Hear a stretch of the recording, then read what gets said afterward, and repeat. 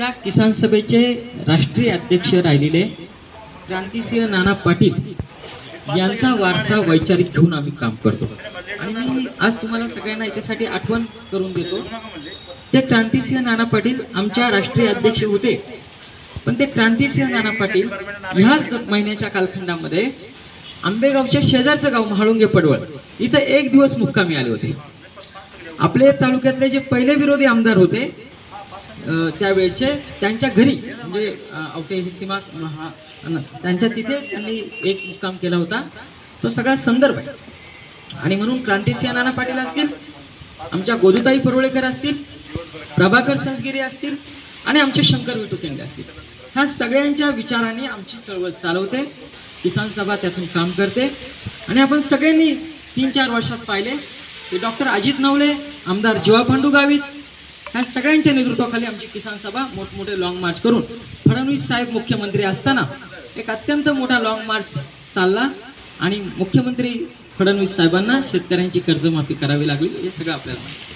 मला ते सांगण्याचं काही फार आवश्यकता नव्हती, पण ही किसान सभेची विचारधारा काय आहे, ती विचारधारा श्रमिकाची, शेतकऱ्याची, कामगारांची एकजूट बांधून शोषणमुक्त समाज, समतेवर आधारित समाज आणि सगळ्यांना समान न्याय देणारा समाज करावा याच्यासाठी ती काम करते.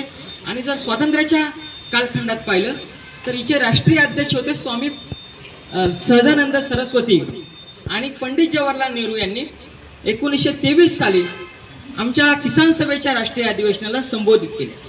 स्वातंत्र्याच्या अगोदरची एकमेव देशातली शेतकरी संघटना किसान सभा. आणि तिचे आमचे सगळे 3-4 तालुक्यामध्ये लोक काम करतात, आम्ही सगळे काम करतो. आणि आज खेड्याच्या विषयीचा जो विषय आहे तो किसान सभा आज नाही लावून धरला. डी.के. वळसे पाटील साहेब खूप जुने पत्रकार आहेत, त्यांना माहित आहे.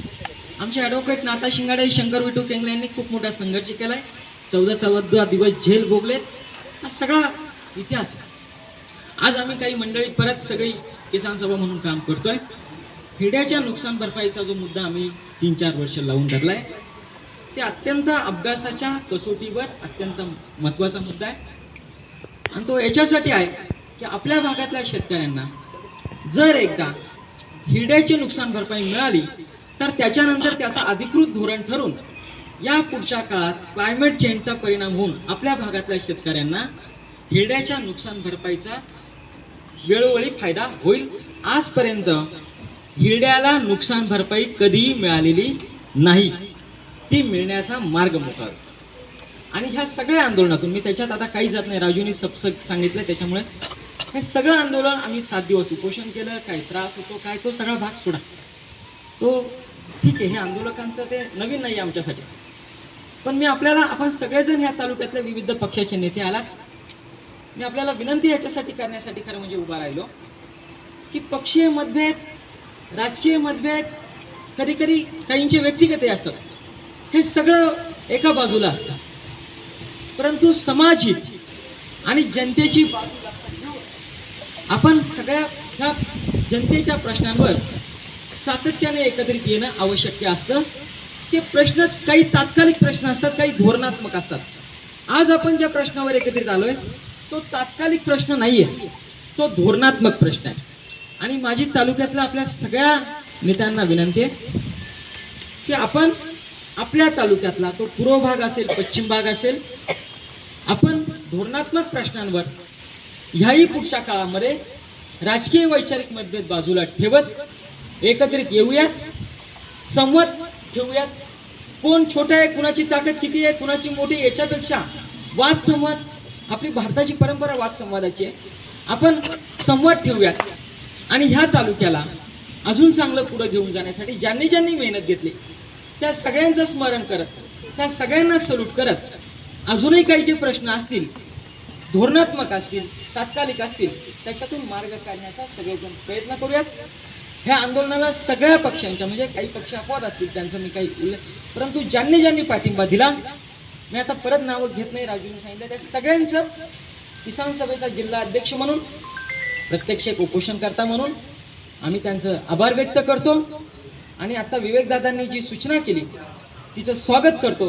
पण दादा, परत विनंती करतो की रात्री आम्ही वळसे पाटील साहेबांना आम्ही 15 ते 20 मिनिटं चर्चा केली.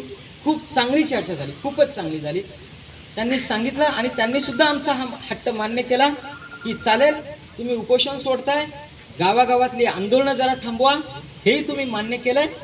25 पर्यंत तुम्ही बेमुदत धरणे करा, काही हरकत नाही. आणि त्यांनाही मदत पुनर्वसन विभागाच्या अधिकाऱ्यांचा, ते कॅबिनेट मंत्री असताना सुद्धा मंत्री मोदयांना सुद्धा त्या मदत पुनर्वसन विभागाच्या उपसचिवांच्या काय मागं लागावं लागलं. 2 माणसं ठेवताना सांगितलं आम्हाला, किंवा मला सुद्धा त्यांच्या मागं लागून ते सगळं त्यांना दम द्यावा लागला, हे करावं लागलं एवढं मदत विभागाच्या लोकांचा. तर त्याच्यामुळे त्या त्यांच्या बाजूने प्रयत्न करतील, दादा त्यांच्या बाजूने करतील, अजून इथले खासदार असतील, आमदार असतील, जे कोणी अजून लोकप्रतिनिधी असतील ते त्यांच्या सगळ्या बाजूने प्रयत्न करू. आणि आम्ही सुद्धा उपोषणाचा मार्ग थांबून आपल्या सगळ्यांच्या सूचनेला, विनंतीला मान करून थांबवतोय. परंतु 25 पर्यंत आपण बेमुदत धरणे शांततेने आपली चालू ठेवू, त्यांच्यावर मदत पुनर्वसन विभागावर तो प्रेशर ठेवू. 25 ला एकदा शासन निर्णय झाला, आपण सगळे 10 मिनिटं लागल तर इथं जमू. तेव्हा लिंबू सरबताचा विषय येणार नाही, तेव्हा पेढ्यांचा विषय येईल. आपण सगळे एकमेकाला पेढा भरू. हा 15 कोटीचा छोटा रक्कम आहे, हे मला माहिती आहे, पण हा 15 कोटीचा रकमेचा विषय नाहीये, हा धोरणात्मक निर्णय. आदिवासींच्या मुख्य उपजीविकेच्या खेड्याला नुकसान भरपाई देण्याचा एक धोरणात्मक ऐतिहासिक निर्णय होतोय.